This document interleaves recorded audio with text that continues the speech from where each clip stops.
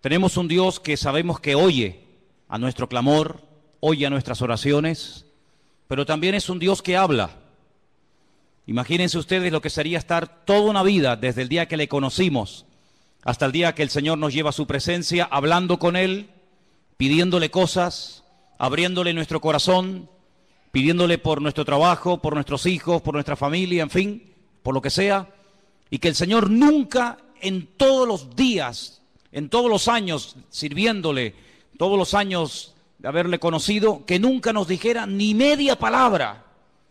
Imagínense lo que sería estar casado con un hombre o con una mujer, que tú le cuentas tus problemas, tus necesidades, cómo te ha ido el día, si has peleado con el jefe de la empresa, si has tenido un problema con el niño, si el niño se cayó, si sacó buenas notas, si aprobó, si estás enfermo o enferma, y que tu cónyuge en todos los años de tu matrimonio, 10, 15, 20, 30 o lo que sea, nunca te dijera absolutamente nada, ni bueno ni malo. Sería una situación tremendamente triste, ¿sí o no?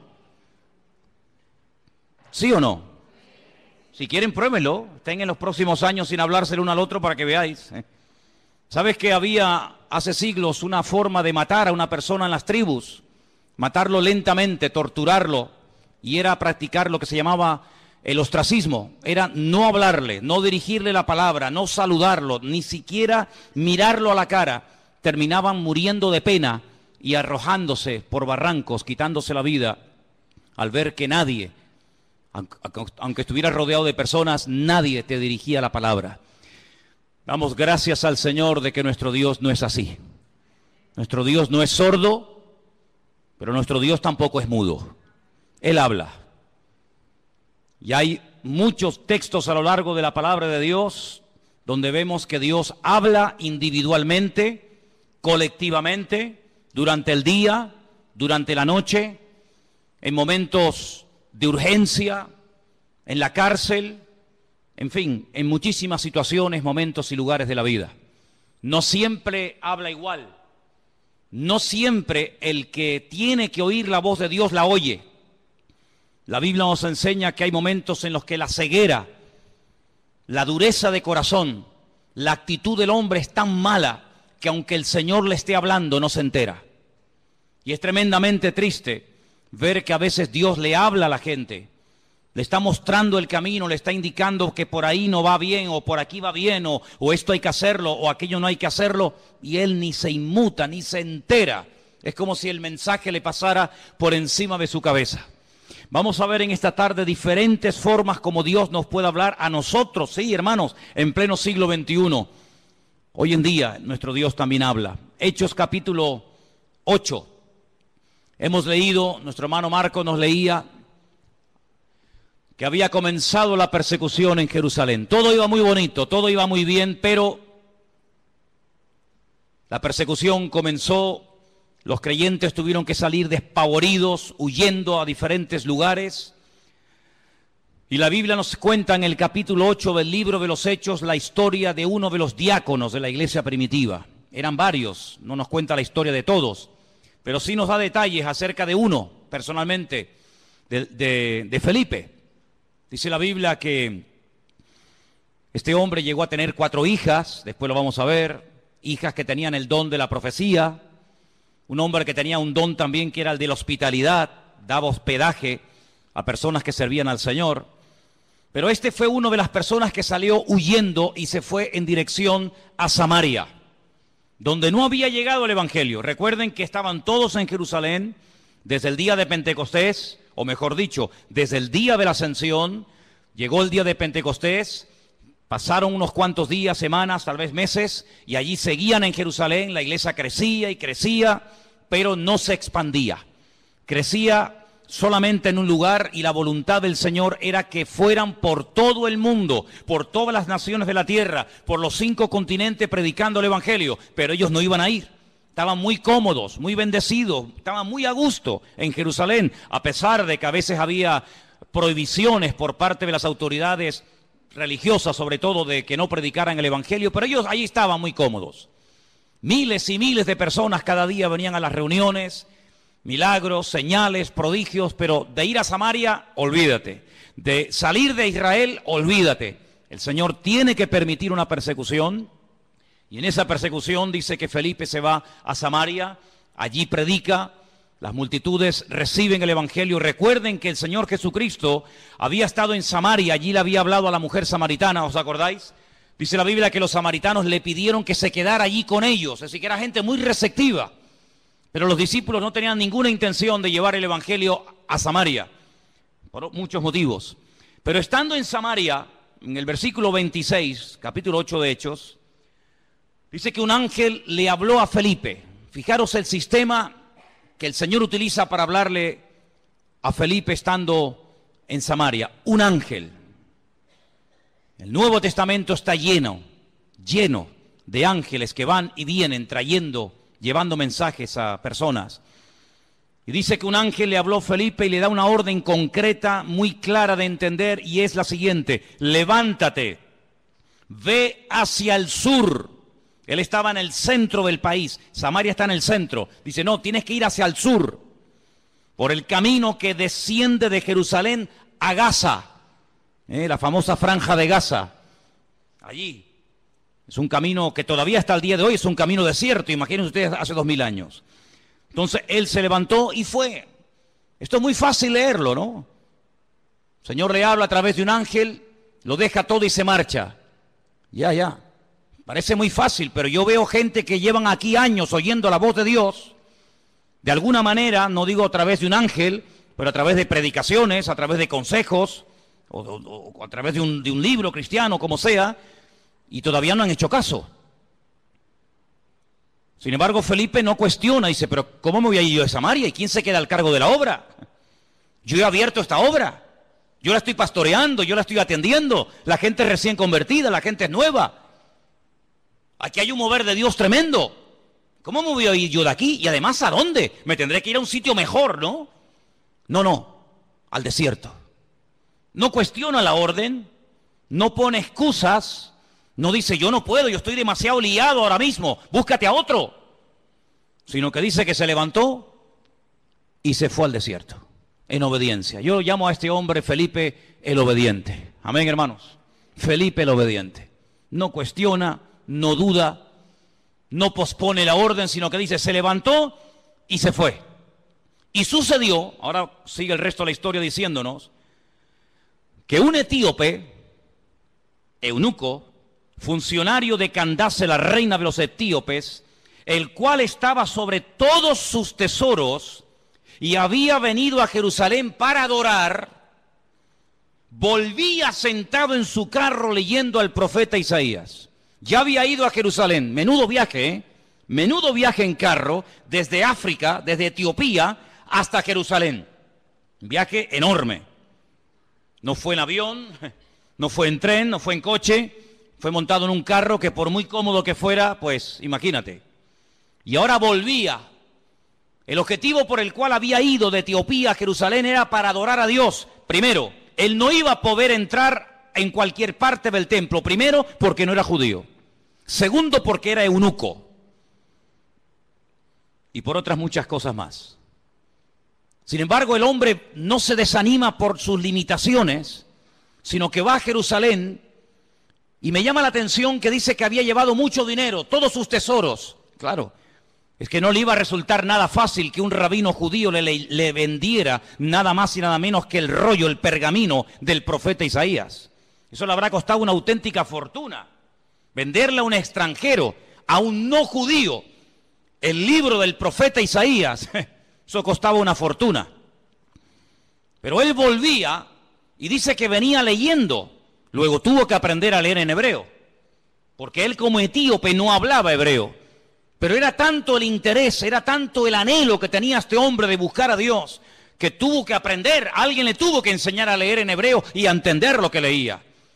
Y no contento con haber ido a adorar al templo a Jerusalén, volvía aprovechando el tiempo, sentado en su carro leyendo al profeta Isaías. Y yo le doy de verdad infinitas gracias al Señor, porque el Señor le mostró, el Señor le inspiró a Lucas, que es el que escribe este relato, y nos cuenta qué trozo del libro de Isaías venía leyendo, nada más y nada menos que una parte del famoso capítulo 53 del libro de Isaías, que se titula Sufrimientos del siervo del Señor. Y el pasaje que leía era este, versículo 32. Como oveja a la muerte fue llevado, como cordero mudo delante del que lo trasquila, así no abrió su boca. En su humillación no se le hizo justicia. Mas su generación, ¿quién la contará? Porque fue quitada de la tierra su vida. Si yo pregunto en esta tarde, y por favor respondan, ¿de quién está hablando aquí el profeta Isaías? Del Señor Jesucristo. Todos los creyentes, por poco tiempo que lleven, al leer este texto, como cordero mudo fue llevado al matadero. En su humillación no se le hizo justicia. Su generación, ¿quién la contará? Automáticamente tú dices, está hablando de Cristo. Sin embargo, él no lo sabía. ¿Te das cuenta? ¿Te das cuenta cómo a veces tu conocimiento, por poco que sea, puede ser muchísimo en comparación con mucha gente que no sabe absolutamente nada de nada?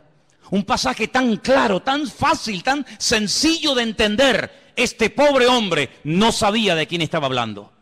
Y entonces fijaros en el verso 29, ahora no es otro ángel el que tiene que acercarse a Felipe, sino que ahora dice, el Espíritu le dice a Felipe, acércate y júntate a ese carro. Tal vez una voz interior, el Espíritu le habla claramente, el hombre se acerca, presta atención y mira cómo sabía Felipe que venía leyendo al profeta Isaías. Claro, hoy en día es muy fácil tener toda la Biblia debajo del brazo, toda la Torá, todos los profetas, todos los salmos, los evangelios, los libros proféticos, los libros poéticos. Es una maravilla, ¿sí o no? Es una maravilla poder llevar la Biblia, hermanos, y saber toda la historia, lo que Dios hizo en el Antiguo Testamento, lo que hizo en el Nuevo, lo que hará en el futuro, etcétera, etcétera. Conocer todos los detalles de la primera, de la segunda venida de Cristo, el descenso del Espíritu Santo, el arrebatamiento de la iglesia, la manifestación del anticristo. Es una maravilla tener todo en nuestras manos, pero ellos no tenían acceso a las Escrituras en aquellos tiempos. Tenían que aprendérselas de memoria. Y mira cómo Felipe nos dice, ¿de quién estará leyendo? ¿Qué? Entendió perfectamente el pasaje, sabía que era un capítulo profético, un capítulo que hablaba de los sufrimientos del Mesías, y sabía que ese hombre, ese pasaje, era del profeta Isaías. Y entonces le hace una pregunta muy interesante. Versículo 30. ¿Entiendes lo que lees? ¿Entiendes algo de lo que estás leyendo? Y él dice, ¿y cómo podré si alguno no me enseñare? Y le rogó a Felipe que se subiera y se juntara con él. Y seguramente viajaron durante días y días viajando por el desierto, hasta que todos conocemos el resto de la historia, cómo este hombre manda parar el carro, este hombre llega a un oasis donde hay agua, pide ser bautizado, el Señor arrebata a Felipe, aparece en otra parte del país, el etíope eunuco se va por su camino, pero añade la palabra gozoso, y todos conocemos el resto de la historia. Incluso la historia nos dice que este hombre llegó a su país, llegó a Etiopía, predicó el evangelio, y hasta el día de hoy, 2000 años después, hay una comunidad de etíopes coptos que creen en el Señor Jesucristo, que son cristianos, y algunos piensan y consideran que es el testimonio, el fruto del testimonio de aquel etíope que aceptó al Señor en el desierto. Es realmente algo increíble. Ahora, yo lo que quiero destacar sobre todo en este pasaje son las dos formas como el Señor le habla a Felipe. Primero, versículo 26, a través de un ángel. Y la segunda forma en el versículo 29, a través del Espíritu, evidentemente a través del Espíritu Santo. Los ángeles aparecen tanto en el Antiguo como en el Nuevo Testamento. Y dicho sea de paso, por si no lo sabías, la primera persona en la Biblia que tiene un encuentro con un ángel es una mujer. Nada más y nada menos que Agar, una egipcia, la madre de Ismael, la madre de las naciones árabes. ¿Qué te parece? O el padre de las naciones árabes. Y así a lo largo de toda la Biblia encontramos ángeles que hablan a personas en momentos puntuales. Dice la Biblia que algunos a lo largo de la historia dieron hospedaje a ángeles pensando que eran personas. Y no se daban cuenta de que aunque comían y hablaban y respiraban y los podías tocar, lo que tenían delante de ellos eran auténticos ángeles. Y si no, miren el caso de Abraham, invitando a comer a ángeles. invitando a comer Lot, el sobrino de Abraham, a ángeles en su propia casa. Cómo los ángeles guiaban a los profetas en el Antiguo Testamento, cómo le indicaban por aquí sí, por aquí no. Cómo un ángel le habló a María, cómo un ángel le habló a Daniel, cómo un ángel llegó a una cárcel y abrió la celda y sacó a Pedro de la cárcel. Y toda la Biblia está llena de manifestaciones de ángeles. Y dice la Biblia que son espíritus ministradores que están al servicio de los que han heredado la salvación, es decir, a nosotros. ¿Cuántos dicen amén? Y lo más grandioso de todo esto que dice que el ángel del Señor, el mensajero del Señor, acampa alrededor de los que le temen y los defiende. Bendito sea Dios. Pero también habla el Espíritu. Y hay 7 versículos en el Nuevo Testamento que son iguales, 7 versículos idénticos. El que tiene oídos para oír, oiga lo que el Espíritu dice a la iglesia. Están en las famosas cartas de Juan a las iglesias del Apocalipsis, ¿verdad? Allí al final de la Biblia. Si vamos a otro pasaje del Nuevo Testamento, en el capítulo 13, versículo 2, vemos que el Espíritu Santo no solamente habla a nivel personal a una persona, como el caso de Felipe, sino que también en un momento determinado, en un culto donde hay mucha gente, el Espíritu Santo puede hablar e incluso dar nombres propios, nombres de personas. Sí, ya sé que esto es muy delicado, no se puede así por la vida, ¿verdad? Inventando cosas, pero el Espíritu, fíjense cómo se mueve aquí en el libro de los Hechos de una forma tremenda. Hechos capítulo 13, verso 1. Dice que había en la iglesia de Antioquía, en esa iglesia había profetas y maestros. Qué bonito, ¿no? Profetas y maestros. Y el nombre de estos profetas o maestros eran, pues uno era Bernabé, otro se llamaba Simón, otro era Lucio, otro era Manaén y otro era Saulo. Dice, ministrando estos al Señor y ayunando, dijo el Espíritu Santo, así claro, directo, contundente, apartadme a Bernabé y a Saulo para la obra a que los he llamado. Entonces, habiendo ayunado y orado, les impusieron las manos y los despidieron. Y ellos entonces, enviados por el Espíritu Santo, descendieron a Seleucía y de allí navegaron a Chipre. Sí, el primer viaje misionero de la historia, primera pareja, primer grupo de personas, en este caso 2, Bernabé y Pablo, llamados específicamente en un culto público para la obra misionera, fue porque el Espíritu Santo habló a la iglesia. Y necesitamos como nunca antes que el Espíritu Santo hable a nuestras vidas y hable en nuestras congregaciones. ¿Cuántos dicen amén? 2 formas como Dios puede hablarnos y revelarnos su palabra a través de un ángel. Pero cuidado, porque el apóstol Pablo, profundizando más en el tema, dice, si un ángel del cielo se os presenta y os predica otro evangelio diferente al que habéis recibido, al que habéis oído, tenerlo por anatema, tenerlo por maldito. Porque no hay otro evangelio más que el que yo os he predicado. ¿Cuántos dicen amén? La Biblia nos enseña que en el mundo angelical se produjo una vez una auténtica rebelión.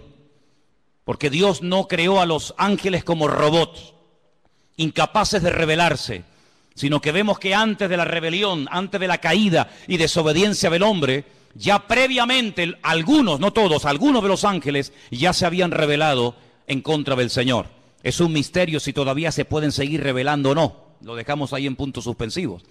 Pero Dios los creó con la capacidad de rebelarse en contra del mismísimo Creador y en algunos casos lo hicieron. Y por otra parte, el Señor Jesucristo dijo que cuando Él se fuera, Él le rogaría al Padre para que enviara a otro Consolador para que estuviera con su pueblo para siempre. Dice, y Él tomará de lo mío y os lo hará saber. Él os recordará todo lo que yo os he dicho. Él os enseñará lo que ha de venir. Por lo tanto, la iglesia tiene que afinar los oídos para oír la voz del Espíritu Santo hablando a su corazón. ¿Cuántos dicen amén? Pero hay otras formas como Dios puede revelarnos su voluntad. Capítulo 9 de Hechos, un poquito más adelante. Capítulo 9 nos relata la conversión de Pablo. Es el único personaje que en 3 ocasiones diferentes en el mismo libro nos cuenta su testimonio. Capítulo 9, capítulo 22 y capítulo 26. Interesantísimo, ¿eh? Qué conversión tan espectacular tuvo que ser la de este hombre. Qué impacto tan grande produjo la conversión de Saulo, que no se cuenta una vez ni dos, sino tres. 3 ocasiones contando su testimonio en 3 lugares y circunstancias diferentes. En el capítulo 9, cuando el apóstol Pablo está recién, por así decirlo, impactado por el Señor, el versículo 10 dice: había entonces en Damasco un discípulo llamado Ananías, a quien el Señor le dijo en visión. Otra forma, el Señor le dijo en visión.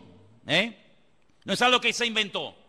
No es algo que él dice, me parece que no. El Señor le habló claramente a través de una visión y le menciona por nombre. Le dice Ananías. Luego la visión no es para Juan, no es para Pedro, no es para Tomás, es para ti, para Ananías. Y él dice: heme aquí, Señor. Y el Señor le dijo: levántate y ve a la calle que se llama Derecha. Busca en casa de Judas a uno llamado Saulo de Tarso, porque él está allí orando. Sí, las instrucciones que le da el Señor son tremendas. No hay género de duda. No puede ir a cualquier parte. Es a la calle llamada Derecha, a una casa cuyo dueño se llama Judas. Y tiene que orar por un hombre que se llama Saulo, que además ha nacido en una región, en una colonia romana que se llama Tarso, y que está allí orando. Madre mía, como para equivocarte, hijo. Ha visto en visión a un varón llamado Ananías, que entra y le pone la mano encima para que recobre la vista. Ya Pablo sabía que el que iba a orar por él, el que le iba a ministrar, se llamaba Ananías. Es interesante esto, Podríamos hablar mucho acerca de cómo incluso el que va a recibir oración ya sabe quién va a ir a orar, a imponerle las manos para que recobre la vista. Así que fue una visión lo que el Señor le permite tener a Ananías. Que el Señor sabía que estaba allí, que en cualquier momento podía utilizarlo como instrumento para ir a orar por una persona que a priori Ananías dice: pero Señor, es un peligro, yo me juego la vida si voy a orar por este hombre. Porque dice Ananías, verso 13, Señor, hemos oído de muchos acerca de este hombre. ¿Cuántos males ha hecho a tus santos en Jerusalén? Este hombre es peligroso, este hombre no se anda con chiquitas. Y aún aquí tiene autoridad de los principales sacerdotes para aprender a todos los que invocan tu nombre. Y el Señor le da instrucciones y lo calma, ¿verdad? Y le dice: tranquilo, porque vas a orar por un hombre que va a ser un instrumento tremendo en mis manos. Este hombre va a llevar mi nombre en presencia de los gentiles y de reyes y de los hijos de Israel. Fíjate qué triple ministerio. Porque yo le mostraré cuánto le es necesario padecer por mi nombre. Medida por medida, como dice el refrán. Él ha hecho padecer a mis santos, yo le haré padecer a él. Así como él hizo padecer a los demás, también él experimentará en carne propia lo que sufre un creyente cuando es perseguido, cuando es calumniado, cuando es encarcelado, cuando es torturado. Así como él lo hizo a los demás, yo permitiré que se lo hagan a él, para que él sepa también lo que sufrieron aquellos que recibieron su justo trato, ¿verdad? Así que ya vamos por 3 formas diferentes. Vimos en el verso 26 un ángel, en el verso 29 el Espíritu Santo hablándole a Felipe. Ahora en el capítulo 9 vemos al Señor hablándole a través de una visión a un discípulo llamado Ananías en la ciudad de Antioquía. Si vamos, por ejemplo, al capítulo 17 del libro de los Hechos, versículo 10, fijaros qué interesante esta porción. Hechos capítulo 17, versos 10 y 11. Inmediatamente los hermanos enviaron de noche a Pablo y a Silas hasta Berea. Ellos, habiendo llegado, entraron en la sinagoga de los judíos. Y estos eran más nobles que los que estaban en Tesalónica, pues recibieron la palabra con toda solicitud, escudriñando cada día las Escrituras para ver si estas cosas eran así. Así que creyeron muchos de ellos y mujeres griegas de distinción, dice aquí, y no pocos hombres. La forma más tradicional, la forma más normal, como en el día de hoy a nosotros nos puede y nos debe de hablar el Señor, es a través de las Escrituras, a través de la palabra escrita del Señor. En ella vamos a encontrar las respuestas a todas nuestras preguntas. En ella vamos a encontrar ejemplos. En ella vamos a encontrar personajes que se encontraron en situaciones muy parecidas o similares a las tuyas. ¿Qué hacer en momentos de calumnia, de soledad, de enfermedad, de incomprensión? ¿Qué hacer cuando quiero agradar a Dios y me cuesta deshacerme de ciertas y determinadas ligaduras o obligaciones, entre comillas, que me impiden servir al Señor. En la Biblia vas a encontrar la respuesta a eso y a mucho más de lo que tú te puedes imaginar. Y por eso queda reflejado, queda plasmado en el libro de los Hechos que los hermanos de Berea eran personas, dice la Biblia, nobles. Porque dice que cada día escudriñaban después del mensaje si lo que Pablo les acababa de enseñar era realmente así o no era así. Eso es como si ahora al terminar el culto, yo cojo y me voy a casa y ustedes se reúnen aparte en este salón o por varios grupos y comienzan a debatir, comienzan a hablar entre ustedes diciendo, hermanos, pastor, esta tarde nos ha hablado de esto, ¿qué opinas? Pues oye, lo que ha dicho es cierto o no es cierto, o lo dice aquí o lo dice allá. Así hacían los hermanos de Berea. Pero no con un espíritu crítico, no para buscarle el fallo, no para criticar o cuestionar la enseñanza, no, sino para reafirmarse en lo que aparentemente parecía del Señor, pero ellos querían no solamente oír, sino que la palabra avalara, que la palabra, ¿verdad?, apoyara el mensaje, la enseñanza del apóstol Pablo, lo cual me parece excelente. ¿Cuántos dicen amén? Personas que sabrían, bueno, tú tienes algo que decir, venga, sube, compártenos, predícanos, ¿has terminado? Sí, ¿tienes algo más que decir? ¿No? Muy bien, gracias hermano, que Dios te bendiga. Ahora nos quedamos un momento, opinamos, charlamos, escudriñamos las Escrituras para ver si ese argumento que nos presentó tiene base bíblica, para ver si eso que nos dice de que aquel hombre era el Mesías y era el verdadero, a ver si es así, si no es asado. Realmente algo increíble, así deberíamos de ser todos nosotros. El apóstol Pablo le recomendaba a su hijo en la fe, a Timoteo, entre tanto que yo voy, ocúpate en la enseñanza, en la lectura y en la exhortación. Y le dice algo tremendo. La otra noche me desperté con ese texto y hasta sabía dónde estaba ese versículo que está en 2 de Timoteo 3:16. Toda la Escritura es inspirada por Dios. ¿Cuántos conocen ese versículo? ¿Lo buscamos? 2 de Timoteo 3:16. Vamos a leerlo juntos, por favor. Versículo que deberían ustedes de aprenderse de memoria. Muy útil en estos tiempos. Dice así, 2 de Timoteo 3:16. Vamos a leerlo juntos. Toda la Escritura es inspirada por Dios, útil para enseñar, para redarguir, para corregir, para instruir en justicia, a fin de que el hombre de Dios sea perfecto, enteramente preparado para toda buena obra. Así que cuando usted busca ser instruido, ser enseñado, ser amonestado, ser confrontado, vaya a la palabra y la palabra le va a hablar. Si usted tiene una buena actitud, si usted verdaderamente quiere aprender, si usted verdaderamente quiere corregir cualquier error doctrinal, cualquier mala costumbre de su vida, vaya y a la luz, al espejo de la palabra de Dios, el Señor le va a hablar, porque la palabra dice que es útil y ayuda al que está empezando, ayuda al que lleva mucho tiempo, ayuda al que está pensando dar un paso de fe, ayuda al que está un poco decaído y no sabe qué hacer, ayuda al nuevo, al viejo, nos ayuda a todos. La palabra de Dios es tremendamente útil. ¿Cuántos dicen amén? Y hay que escudriñarla. Jesús dijo, escudriñad, meteros en la palabra, estudiar la palabra, porque ellas son las que dan testimonio de mí. Me llama mucho la atención que cuando el Señor Jesucristo resucitó, en una de las apariciones, va caminando por un camino llamado el famoso camino de Emaús, y se acerca a dos personas que van desanimadas, van desilusionadas, porque ellos tenían una expectativa, ellos tenían la confianza de que el Señor Jesucristo era el verdadero Mesías, y como no se han cumplido aparentemente sus expectativas, van tristes, cabizbajos, van caminando, debatiendo entre ellos, y de repente se aparece el Señor y se une a la conversación. Permítame leerles en Lucas 24, a partir del versículo 21.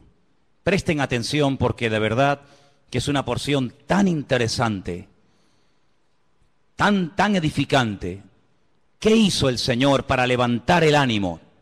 ¿Qué hizo el Señor para quitar la tristeza, la desilusión de los corazones de estos dos hombres sinceros que esperaban algo que aparentemente no se cumplió? Veamos. Lucas 24, versículo 21. Nosotros esperábamos que Él era el que había de redimir a Israel. Fíjate qué ilusionados estaban. Por fin ha llegado el Redentor, el Mesías. Esperábamos la redención de Israel. Y ahora, además de todo esto, hoy es ya el tercer día que esto ha acontecido. Parece como que por un momento les pasa por la mente el hecho de que él había dicho que al tercer día resucitaría. Así que ya van 3 días, no lo hemos visto resucitado. No se cumplió la expectativa que teníamos en él de que redimiría a Israel de la opresión del yugo romano. Volvería a ser instaurada la monarquía. Un descendiente de la casa del rey David nos traería la libertad. Por lo tanto, todas nuestras ilusiones y nuestros sueños se han venido abajo, se han roto. Versículo 22 dice, aunque también nos han asombrado unas mujeres de entre nosotros, las que antes del día fueron al sepulcro y como no hallaron su cuerpo, vinieron diciendo que también habían visto visión de ángeles, quienes les dijeron que él vive. Aquí hay algo extraño, porque por una parte son conscientes de que unas mujeres por lo visto, según cuentan ellas, él ha resucitado, pero el argumento que ellos presentan no es un argumento de fe, no es un argumento contundente, sino dice que ellas dicen que ha resucitado porque no encontraron el cuerpo. Pero no dicen, no, él ha resucitado, sino que simplemente se agarran al comentario de decir, bueno, dicen que ha resucitado porque no encontraron el cuerpo, pero vete tú a saber. No están muy convencidos de que aquel testimonio era correcto. Además, perdonen las hermanas, en los tiempos de la Biblia, los testimonios de las mujeres no tenían ningún valor. Una mujer daba testimonio de que había visto un crimen, un asesinato o cualquier otra cosa y no era válido el testimonio de una mujer. Por lo tanto, unas mujeres de entre nosotros, supuestamente de buen testimonio, de confianza, han venido con este comentario, pero entonces dice que algunos fueron de los nuestros al sepulcro y hallaron así como las mujeres habían dicho, pero a él no le vieron. ¿Pero cómo le van a ver si ha resucitado? Si te quedarías más tranquilo saber que algunos de los nuestros fueron al sepulcro y lo vieron allí, entonces ¿qué testimonio hay en eso? Algunos de los nuestros fueron a comprobar si verdaderamente había resucitado y cuando llegaron allí no lo vieron. Pues ¿te parece poco testimonio? Es que ese es el gran testimonio. Es cuando hemos ido a Jerusalén y nos metemos dentro del sepulcro y algunos hermanos, no siempre, pero algunos me preguntan, dicen, oye, una pregunta ahí, ¿y qué hemos venido a ver aquí? Digo, aquí, nada. Aquí hemos venido a ver una cueva vacía, una tumba vacía. Este es el gran testimonio. Si viniéramos aquí y viéramos que está ocupada, te aseguro que yo no hubiera venido aquí tantas veces. Pero lo grandioso de nosotros es que vamos a Jerusalén y vemos una tumba que está totalmente vacía y se puede visitar. ¿Cuántos dicen amén? Si estuviera ocupada, pues menuda ruina. Vana sería nuestra fe, dice la Biblia. Ahora escucha bien esto. Esto es tremendo. Entonces él les dijo, ahora habla el Señor, hasta ahora han hablado ellos, ahora va a hablar el Señor y les dice, oh insensatos y tardos de corazón para creer todo lo que los profetas han dicho. Tardos de corazón, ¿por qué os cuesta tanto creer? Eso significa tardos de corazón. ¿Por qué tardáis tanto en creer? Una pregunta, ¿hay alguno entre nosotros que sea tardo de corazón? ¿Alguien que le cueste creer? Has oído el testimonio de fulanito, has visto la vida cambiada de no sé quién, has oído el milagro de tal, has escuchado al pastor predicar, has escuchado el otro día a otro chico predicando, has ido a una iglesia por aquí, has ido a una iglesia por allá. Bueno, todavía no estás convencido. Eso se llama ser tardo de corazón. No tenemos que ser tardos de corazón, tenemos que estar abiertos a creer lo que hay que creer y a rechazar lo que no hay que creer, hermano. ¿Cuántos dicen amén? Hay gente que lee el periódico y todo lo que leen se lo creen. Tienen una fe impresionante en el periódico. O ven un programa de televisión y se creen todo lo que los que han estado en esa tertulia acaban de decir. Pero después cuando leen la Biblia, la dudan y la cuestionan.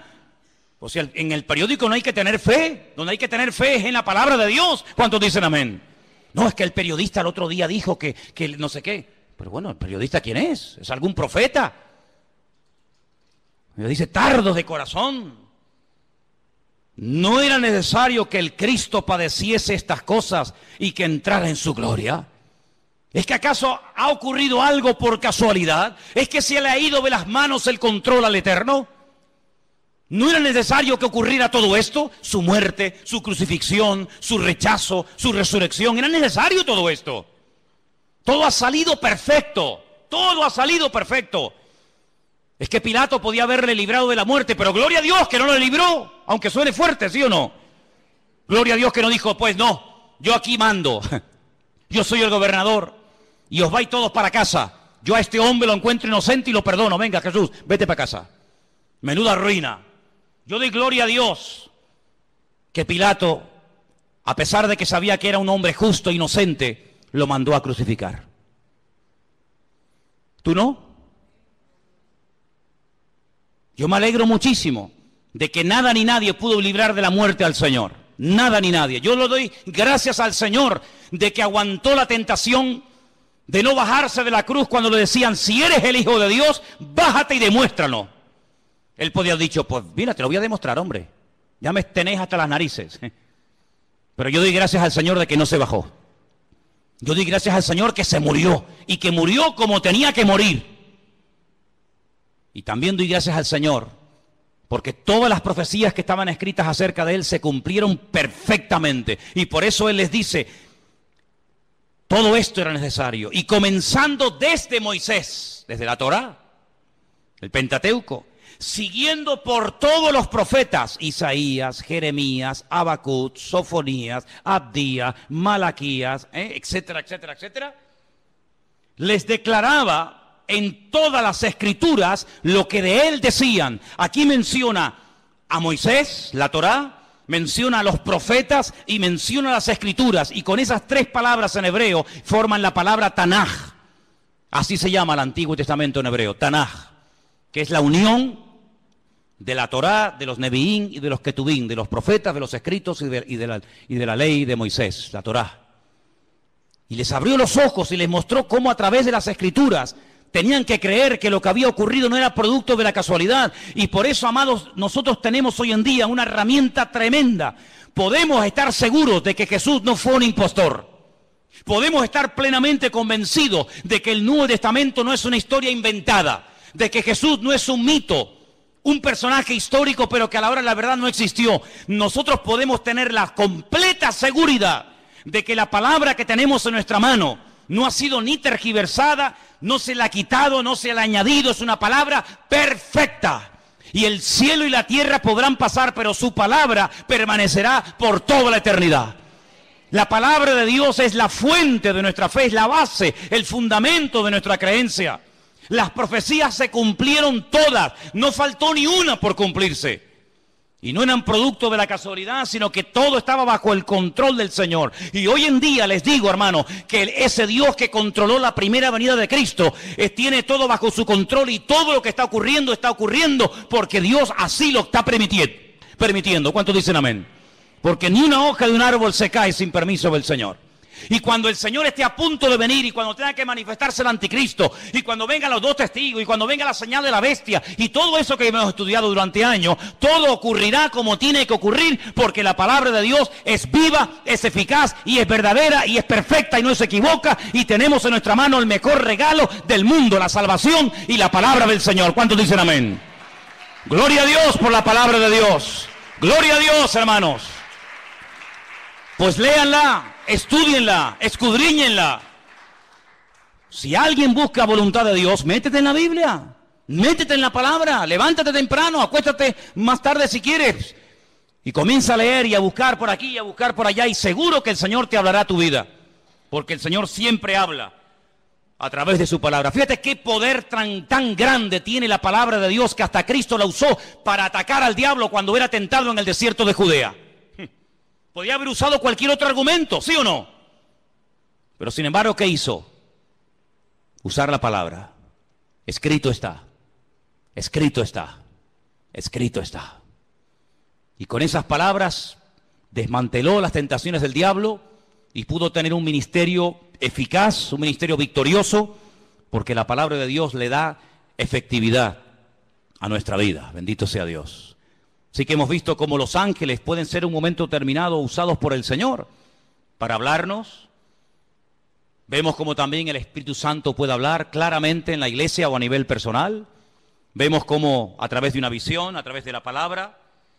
Capítulo 21 del libro de los Hechos, hay algo muy interesante que aquí se menciona y aparece un personaje poco conocido,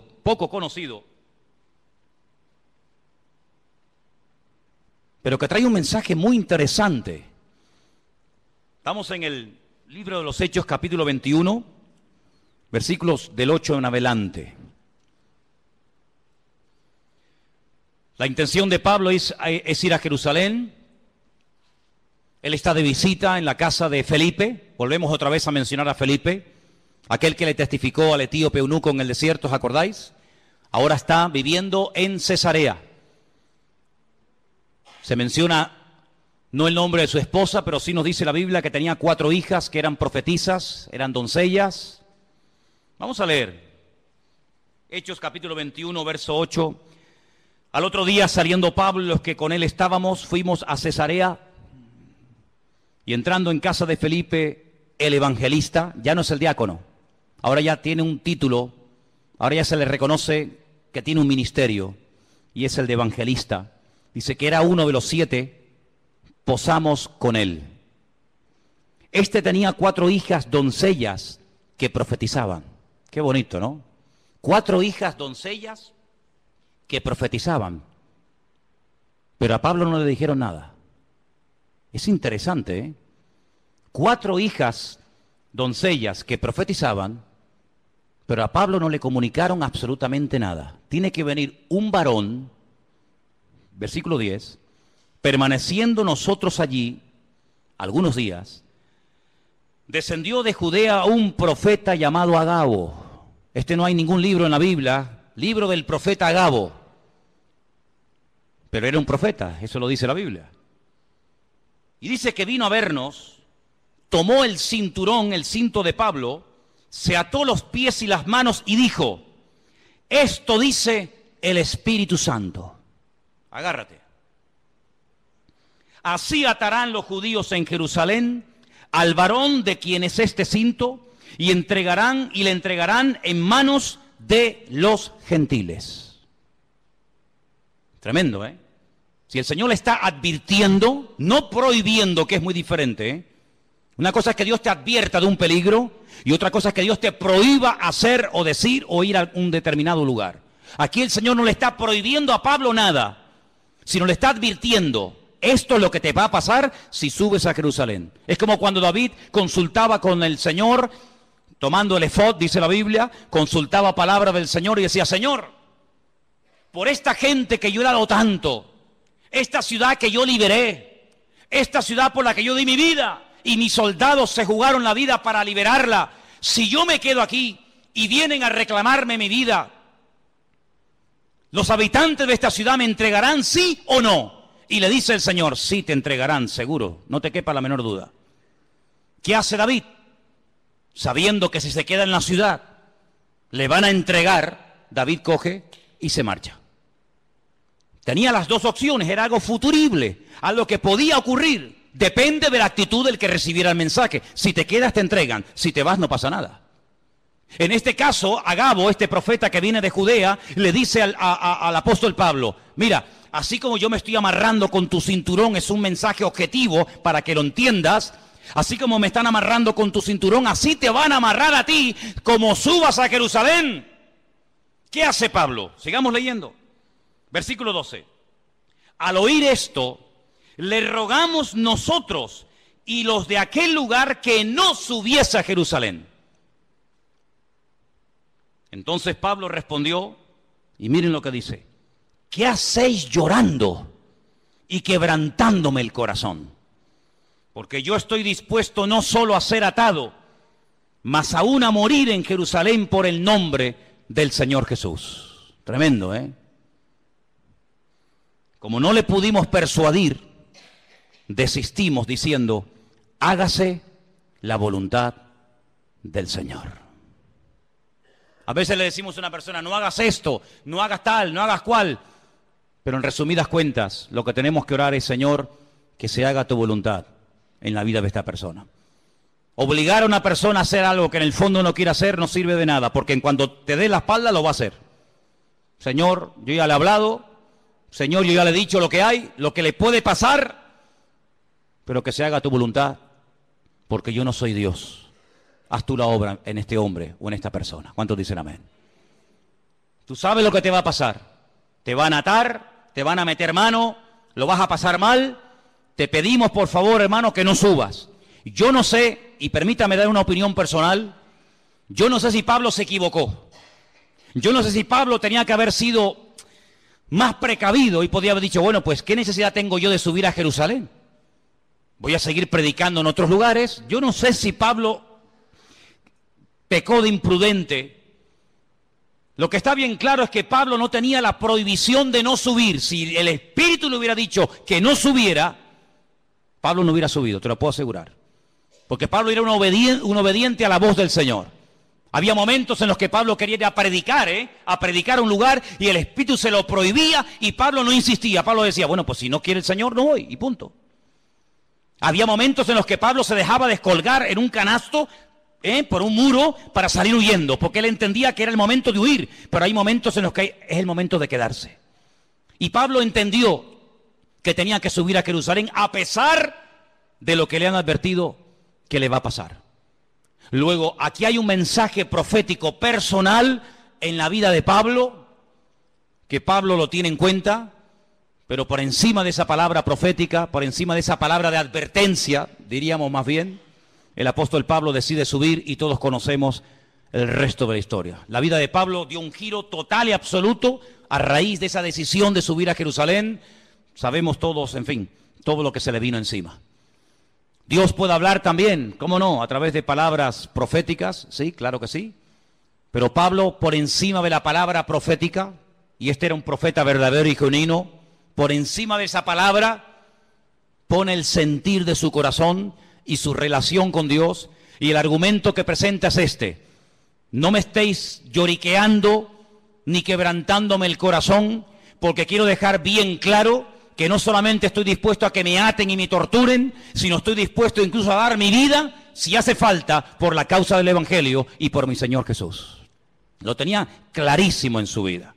Así que hemos visto cómo los ángeles, el Espíritu Santo, a través de una visión, el Señor también con voz audible, como no, a través de profecías, pero también hemos visto muchas veces en la palabra de Dios que Dios habla a través de sueños, ¿sí o no? Muchas veces. El caso de José, el caso del otro José, el del Nuevo Testamento, que dice la Biblia que el Señor le habló en un sueño, que tenía que aceptar a su mujer, que no la había engañado, que no le había mentido, ¿verdad? Hay momentos en la Biblia en los que Dios habla a través de sueños. La Biblia dice que una de las señales de los últimos tiempos es que los ancianos tendrán sueños y los jóvenes tendrán visiones. Lo dice el profeta Joel en el capítulo 2. Los jóvenes tendrán visiones y los ancianos soñarán sueños. Y si quieres saber si eres joven o anciano, pues mira a ver qué estás. O estás teniendo visiones o estás teniendo sueños. Y ahí ya sabes por dónde van los tiros, ¿no? Pero dicho sea de paso, lo más importante de todo esto es siempre lo que la palabra de Dios termina como conclusión diciéndonos. Podemos tener sueños, podemos tener visiones, podemos tener un sentir. Alguien nos pudo decir por ahí no sé qué cosa, pero no te olvides que el Señor hoy en día, como habla a su pueblo y a su iglesia, es a través de su santa y bendita palabra. ¿Cuántos dicen amén? Es a través de la palabra de Dios que sabemos lo que tenemos que hacer. Y quiero terminar leyendo en Hechos capítulo 1. Hechos capítulo 1. Para que veáis cómo hay un texto que en aquellos días de espera, desde la ascensión de Cristo hasta que llega el día de Pentecostés, ellos están estudiando la palabra, ellos están analizando las Escrituras y llegan a un texto que dice lo siguiente, Hechos capítulo 1, versículo 20. Hechos 1, versículo 20. Esta palabra que vamos a leer, ellos la leyeron del Salmo 69. Salmo 69 dice así: está escrito en el libro de los Salmos, sea hecha desierta su habitación y no haya quien more en ella. Tome otro su oficio y tome otro su oficio. Ellos interpretaron por este versículo del Salmo 69, repito, ellos interpretaron que había quedado un vacío cuando Judas, uno de los discípulos, se ahorcó y se quitó la vida. Ellos entendieron que según este salmo había que nombrar a otros. Ahora, cuidado, ellos recurren a la palabra, ellos saben que el Salmo 69 dice que, da a entender indirectamente que Judas se suicidaría, que Judas se quitaría de medio, que otro tendría que ocupar su lugar, pero interpretan mal la palabra. Ellos hacen una votación, ellos dicen, bueno, fulanito o menganito. Dice que echaron suertes, la suerte cayó sobre un discípulo fiel que había estado con ellos desde el principio, llamado Matías. Ellos deciden que Matías sea el que ocupe el lugar de Judas, el que se ha ahorcado, pero nosotros sabemos por la historia bíblica que así no se mueve el Señor. Hemos visto cómo Dios habla por sueños, por visiones, por profecías, por la palabra, el Espíritu Santo, pero nunca a través de la suerte. Nunca a través de echar suertes. ¿Será fulano? ¿Será mengano? No. Ese sistema es un sistema humano, no es un sistema divino. Y aquí de lo que se trata no es de adaptar, no es de utilizar los sistemas humanos para saber la voluntad de Dios, sino de descubrir los sistemas de Dios para hablarle a los seres humanos. ¿Cuántos dicen amén? Sí, Dios suplirá todas vuestras necesidades. ¿Quién suplirá nuestras necesidades? Dios.